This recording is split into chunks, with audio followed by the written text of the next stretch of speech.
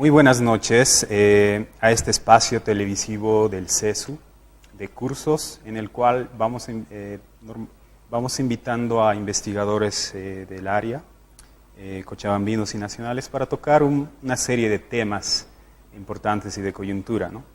En esta ocasión el tema que nos convoca es desinformación y fake news. Para ello tenemos como invitado a Juan Carlos Uribe. Él es licenciado en informática, es investigador en temas de tecnologías de información y comunicación. Ha hecho varias investigaciones con AGETIC y el Foro Regional en estos temas. Y bueno, vamos a desarrollar con él el tema de desinformación y fake news. Bienvenido, Juan Carlos. ¿Cómo estás, Alex? Buenas noches. Gracias por invitarme a este programa que tiene el CESU. Buenas noches a todo el público que tiene este programa, y estoy dispuesto a responder las preguntas que tú veas necesarias para que la gente conozca de lo que estamos haciendo y lo que estamos trabajando. Bien. Juan Carlos, vamos a empezar con algo un poco más general. Normalmente, desde un punto de vista más económico y tecnológico, se habla de que hay una serie de transiciones que están ocurriendo en las sociedades contemporáneas. Se dice, siguiendo a Manuel Castells, que tenemos un paso desde una sociedad agrícola a una sociedad industrial y ahora a una sociedad postindustrial o llamada sociedad informacional, donde las tecnologías de información y comunicación juegan un rol muy importante y que incluso, nos dice Castells, afectan las estructuras sociales. Entonces, la primera pregunta es, ¿estamos en una era de la información? ¿Bolivia acaso no tiene una matriz económica más tradicional, tanto a nivel, como digo, de economía, pero también cultural? Sí, estamos en una era donde la información tiene mucho poder, ¿no? Es una coyuntura, es parte de la historia, todas sus revoluciones, es una revolución de la información. Estamos en la era de la sociedad de la información, en la era de la revolución digital, ¿no?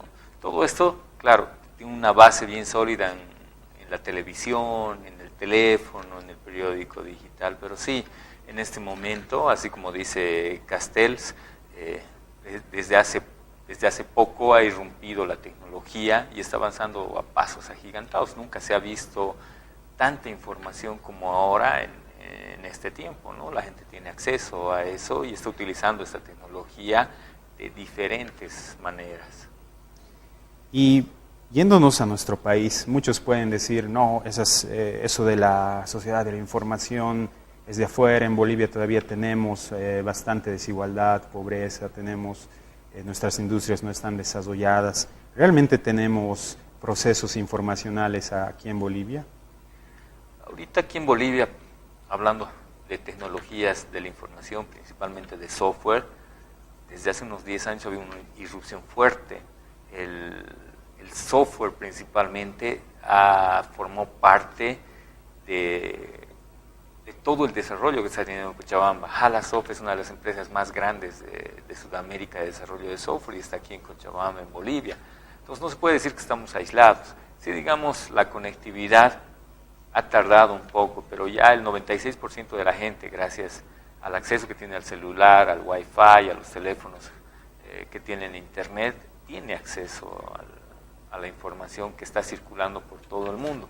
Yo puedo saber en este momento, no solamente yo, sino cualquier persona que tiene acceso a un teléfono celular con internet, qué está ocurriendo, por decirte, en Francia o qué está ocurriendo en Irak. Entonces la información le llega inmediatamente. Entonces no es que estamos tan aislados de lo que ocurre, ni estamos tan lejos de Estados Unidos, por ejemplo. Bien, nos das ejemplos interesantes del lado de la producción, pero también, como dices, los usuarios son los que están más metidos, ¿no? Están como todo el tiempo con los celulares, con la computadora, con el internet. Y ahí va una pregunta un poco polémica. ¿Será que estamos más informados que antes? ¿En qué sentido? ¿En qué calidad? Ahorita estamos en un proceso que avanzó muy rápido. Estábamos hablando de la revolución digital, de estamos en la era de la información, las estructuras mentales han tenido que cambiar, ¿no? Ahorita yo, quizás tú, podríamos decirnos que somos migrantes digitales, porque hemos estado en el proceso en el que Internet ha crecido de forma geométrica, ¿no? Entonces, hay algunas cosas que nosotros tenemos que aprender y nos cuesta un poco, hablando de tecnología, el uso del software, el uso de algunas tablets, el uso de algunas aplicaciones, de algunas herramientas que nos da esto. Pero hay, por ejemplo, los nativos digitales que han nacido en esta época y que parecería que ellos tienen un chip o una estructura mucho más avanzada en cuanto a esto que nosotros manejamos, porque para un niño es muy fácil acceder a una tableta sin que tú le hayas enseñado. Es tan intuitivo lo que se ha desarrollado que él puede manejar fácilmente. Pero eso tener acceso a través de Internet a esta gran cantidad de información no implica que estemos mayor informados, ¿no? Sí recibimos información, pero no analizamos esa información. Nuestro cerebro o nosotros decidimos qué información vamos a tomar. Y en una gran mayoría, diría yo, de la gente, lo que absorbe en realidad son juegos, son famosos memes, hablar con tu amigo, ¿no? Que sí se podría considerar información, pero es una información que no aumenta tu conocimiento. Entonces, ahí es donde los gobiernos están tratando de manejar. Bolivia no sé si tiene algunas estrategias para esto, ¿no? Te comento que hace unos años nosotros hicimos un proyecto que se llamaba Ciudadanía Virtual, donde estábamos buscando que la gente produzca información a través de algunos incentivos que le damos. Lamentablemente hemos sacado como conclusión que la gente no le interesaba en esa época, era el 2006, generar o producir información. Sé que ahora sí ya estamos produciendo información, ya generamos algunas cosas, ¿no? Entonces, a tu respuesta es que no necesariamente estamos más informados teniendo este canal tan gigante como es Internet, ¿no? Bueno, vamos a entrar un poco más al tema de la información. Sobre la problemática de la información podemos identificar algunos problemas, ¿no? Aquí te planteo dos. Por un lado, vemos que los flujos de información, como dice, han acelerado y ha fomentado, al menos en el tema de las corporaciones, ciertos modelos de negocios basados en la extracción automática de la información de los usuarios, ¿no? Eso por un lado. Pero por el otro lado también vemos, como dices, que pareciera que nos rebasa, ¿no? Que este flujo de información es demasiado grande. Entonces no estamos teniendo ciertas competencias para poder manejar adecuadamente esta gran cantidad de flujo de información, ¿no? Pongamos un ejemplo, buscamos algún tema en Google, realmente sabemos usar Google, vemos noticias en Facebook, realmente podemos discernir qué noticia es verdadera y qué noticia es falsa. Entonces aquí surge el tema de la desinformación. Entonces quiero entrar al tema de la desinformación, ¿no? ¿Cómo entendemos este fenómeno de la desinformación en la era de la información? Suena un poco paradójico, ¿no? Si había un profesional de marketing de México decía, si la información es poder, la desinformación es más. Ya con eso, digamos, podemos decir que la desinformación, si crece, realmente se vuelve en un gran problema, ¿no? La desinformación son noticias, son imágenes que son creadas deliberadamente para distorsionar la realidad. Ahorita hay mucho de eso, ¿no? Hay mucho de eso. Entonces nuestros jóvenes, la gente que está atenta a esas cosas que llega por internet, tiene que aprender a reconocer qué es la desinformación, cómo viene y de qué se trata. Esta desinformación generalmente viene a partir de las noticias falsas, ¿no? Y ahí yo te lanzo, antes de entrar al tema de las noticias falsas, ahí yo te lanzo una pregunta así bastante peliaguda. ¿Es el Internet el culpable de la desinformación? En realidad el Internet es un medio nomás, ¿no? Es un medio que llega a muchos. Es una carretera que nos trae la información que se produce. Y esta información la producimos nosotros mismos. Entonces, como te decía, la desinformación es creada deliberadamente para atacar a alguien, para un tema en particular, ¿no? Para molestar a alguien. Entonces la desinformación es un producto de los mismos usuarios, utilizando como un medio el Internet. Interesante, ¿no? Ahí está la responsabilidad que cada uno de nosotros como usuario posee, ¿no? Entonces, yendo a este tema de las noticias falsas o fake news, este parece ser el elemento más visible y tangible de lo que es la desinformación, ¿no? ¿Qué son las fake news y cómo se diferencian de otros formatos que circulan en la red, por ejemplo, los memes? Las fake news son, como te decía, son creadas deliberadamente para un tema en particular. Hablando en política, por ejemplo, que queremos denigrar a un político y buscamos algo que nos ayude a crear algo más grande. Y un grupo de personas o un grupo de gente deciden crear algo que le dañe, y lo hacen deliberadamente, o sea, lo hacen a propósito. Y eso se transmite a través de las redes sociales, de tal forma que logra viralizarse, y algo que es mentira se convierte en verdad, porque es mucha gente la que está hablando de eso. Ninguno de estos usuarios se pone a investigar cuál ha sido la fuente, la reciben y la transmiten, la reciben y la transmiten. Esa es una particularidad de las fake news, la viralización, ¿no? Entonces se vuelve demasiado complicado cuando se viraliza. Entonces, varios países están tratando de ver cómo manejar esto. Estas grandes empresas como Google y Facebook están tratando de luchar contra esta desinformación, porque en realidad están utilizando sus programas como medios para la distribución, algo que es muy dañino, ¿no?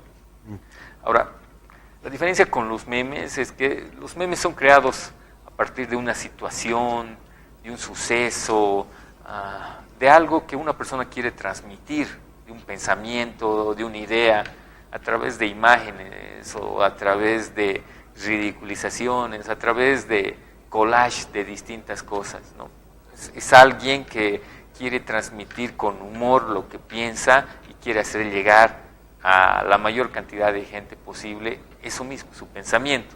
Y como es algo que es cómico o a veces hasta hace reír, entonces se viraliza también muy rápido. No es tanto una noticia, ¿no? Tú has tocado un tema ahí bastante interesante, el tema de los escenarios políticos, ¿no? Pareciera que las fake news son determinantes en este tipo de escenarios, principalmente los electorales, en tiempos electorales. Y creo que ahí hay algunos casos internacionales, ¿no? Tenemos el caso de Trump y Bolsonaro. No sé si conoces un poco de cómo han operado las fake news en casos internacionales. El caso más cercano es el de Bolsonaro, ¿no? Y un caso, digamos, un poquito más lejos, tampoco tan lejos, es el de Estados Unidos, donde se conoce, o por lo menos se ha difundido, que Rusia ha hecho un gran esfuerzo a través de gente contratada para crear diferentes tipos de memes que apoyen la candidatura de Trump y bajen la candidatura de Hillary Clinton, ¿no? Si es que ha tenido, como te digo, esa creación deliberada, ha cumplido esa función de alguna forma, ¿no? Igual con Bolsonaro. Bolsonaro es uno de los candidatos que ha gastado la menor cantidad de dinero en su campaña, pero sí ha tenido una fuerte inversión en lo digital. Es una fuerte inversión en lo digital, pero las campañas se maneja hartísimo dinero, y lo que ha invertido en estas campañas digitales han sido muy pocas a comparación de lo que han hecho los otros candidatos, ¿no? Entonces, sí hay una forma. Lógicamente, todos estos memes, las noticias falsas, influyen de alguna forma en la opinión de las personas, ¿no? Te hacen pensar, te hacen analizar, hasta a veces te leen la mente. Lo que tú estás pensando aparece ahí en Facebook. A muchos nos ha pasado eso, ¿no? Y ya, como nosotros pensamos igual, la compartimos con nuestros contactos, ¿no? Y vámonos al contexto nacional. Bueno, ha sido muy sonado el caso que se ha dado a raíz del referendo del 21 de febrero de 2016, ¿no? El denominado caso Zapata. Pero también hemos tenido las elecciones judiciales y este año tenemos elecciones nacionales, ¿no? ¿Has podido percibir que hay un aumento de las fake news en el contexto boliviano para estos procesos electorales? No tengo muchos datos del 21 de febrero. Realmente no se han hecho muchos estudios como se hacen en otros países, porque es hace 2 años y a veces esto va muy rápido, ¿no? Puede que haya influido en algo, pero es muy subjetivo eso. Como no tenemos datos, tampoco ha habido un análisis muy fuerte de eso, es difícil poder decir si sí ha influido o no. Pero sí te puedo decir que para estas elecciones se está preparando mucho, tanto la oposición como el oficialismo. Sabemos que el gobierno está creando o contratando gente y formando un grupo para que pueda hacer una campaña fuerte para el presidente, ¿no? Y seguramente entre esos van a haber mimetizados algunas cuentas que nos lancen algunas noticias falsas, ¿no? Ojo que una noticia falsa puede también ser media falsa, no solo cambiar alguna cosita del contexto y decir verdades a medias, ¿no? Entonces, pienso que en estas elecciones que se acercan sí va a haber una fuerte lucha ahí en el campo digital entre el oficialismo, que tiene ya gente preparada para eso, y la oposición o la gente misma de a pie que va a ir respondiendo, poniendo sus comentarios a todo lo que se produzca, ¿no? Y ahí es donde hay que pensar, ¿no? Esto nos afecta bastante a todos como país y también al mismo proceso democrático, ¿no? ¿Cómo podemos abordar este fenómeno de las fake news? ¿Qué soluciones puede haber ya para el contexto boliviano? Una de las principales soluciones es esto de informar a la gente cuánto daño hacen las noticias falsas, cuánto daño hace que uno ande desinformado y desinforme a los demás a través de la viralización de esto, ¿no? Ahorita no hay una institución o un grupo de instituciones que estén trabajando en verificar algunas de las noticias que se viralizan mucho. Las noticias falsas que se viralizan con mucha facilidad son las que tienen que ser verificadas, ¿no? Hay varios pasos, ya se ha aprobado en México, en Brasil, en Colombia, hay varios pasos que uno debe seguir para verificar una noticia. Entonces, es como tú decías, compromiso nuestro no seguir con la desinformación, ¿no? Hay que parar la cadena. Cuando uno sabe que una noticia es falsa, tratar de ponerla ahí. Claro que los usuarios de a pie no estamos llamados a eso, ¿no? Sino son instituciones y otras organizaciones más las que deberían trabajar sobre esto de la desinformación. Como te decía, Google y Facebook están dispuestos a ayudar a quienes trabajen con esto, ¿no? Y ahí también tenemos la participación de los medios de comunicación tradicionales y periodistas, ¿no? Se venía diciendo que con estos tiempos de redes sociales, de internet y de información, el trabajo del periodista, podía ser incluso obsoleto. Sin embargo, parece lo contrario. Sí, se está mutando también esto de los medios de comunicación. Hay varios países que ya no tienen ediciones impresas, ¿no? Todo es digital.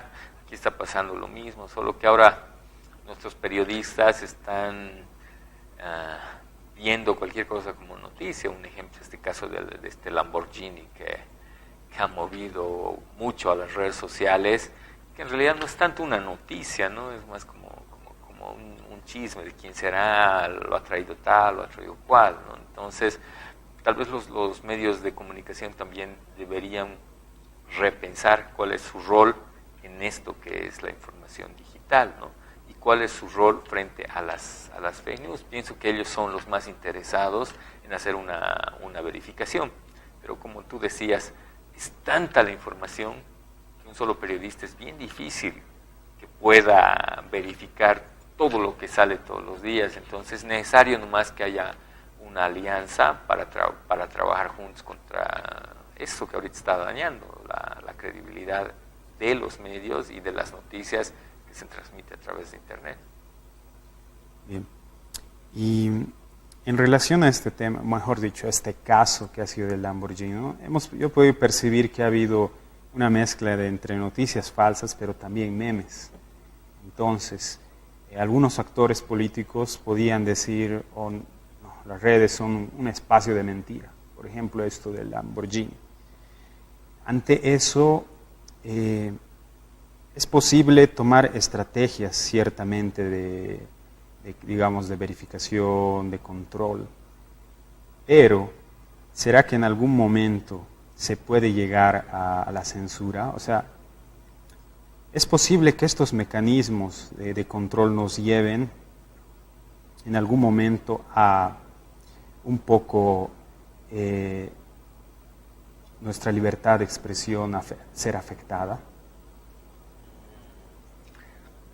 Si los gobiernos en cada uno de los países intentan poner leyes, intentan sacar normas, castigos para lo que la gente expresa a través del Internet, están afectando la libertad de expresión, ¿no? Yo pienso que la mejor forma de que se pueda controlar esta situación es la autorregulación. No te olvides que te digo que es tan dinámica esta tecnología que la ley que estás creando para hoy, 10 días posiblemente ya no sirva porque, digamos, han cambiado 3 cosas en el software que nosotros manejamos en las redes sociales y ya se vuelve inútil. Entonces, para mí la autorregulación, que la misma sociedad empiece a autorregularse, es la mejor solución, porque así como va creciendo la tecnología, va creciendo la gente que la utiliza. Y esa gente es la única entre ellos que se autorregule, ¿no? Es como esto que nosotros llamamos la inteligencia colectiva, ¿no? Todos aportan para dar alguna solución, utilizado primero en el software libre y ahora se utiliza en las redes sociales.